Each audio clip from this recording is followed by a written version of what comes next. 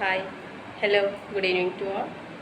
ఇది ప్రతి తల్లిదండ్రులు తప్పకుండా తెలుసుకోవాల్సిన కథ. ఒకసారి ట్రైన్లో ఒక మహిళ మరియు ఆమె యొక్క కొడుకు ప్రయాణం చేస్తూ ఉంటారు.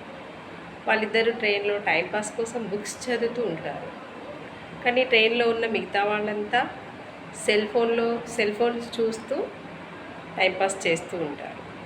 అప్పుడు వాళ్ళందరిలో ఉన్న ఒక వ్యక్తికి ఆమెను అడగాలనిపించి ఏమడిగాడంటే, ఈరోజు ప్రతి ఒక్క పిల్లవాడు, చిన్న పిల్లవాడితో సహా, చిన్న పిల్లవాడైనా, అమ్మాయి అయినా అబ్బాయి అయినా సెల్ ఫోన్లు చూస్తున్నారు, ట్యాబ్లు చూస్తున్నారు. కానీ మీ పిల్లవాడు అన్బిలీవబుల్, నమ్మశక్యంగా లేదు, పుస్తకం చదువుతున్నాడు. ఏం చెప్పారు మీ అబ్బాయిని, ఎలా పెంచారు మీరు అని అడగాడట. అప్పుడు ఆ తల్లి, పిల్లలు మనం చెప్పింది చెయ్యరు, మనల్ని కాపీ చేస్తారు.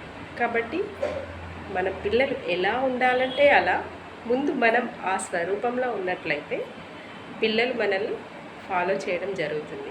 కావున ఫ్రెండ్స్, మీ అందరికీ ఒకటే విజ్ఞప్తి, మన పిల్లలు ఎలా కావాలనుకుంటున్నారో మనం ఆ విధంగా తయారయ్యి వాళ్ళకి చెప్పినట్లయితే వాళ్ళపై ప్రభావం పడుతుంది.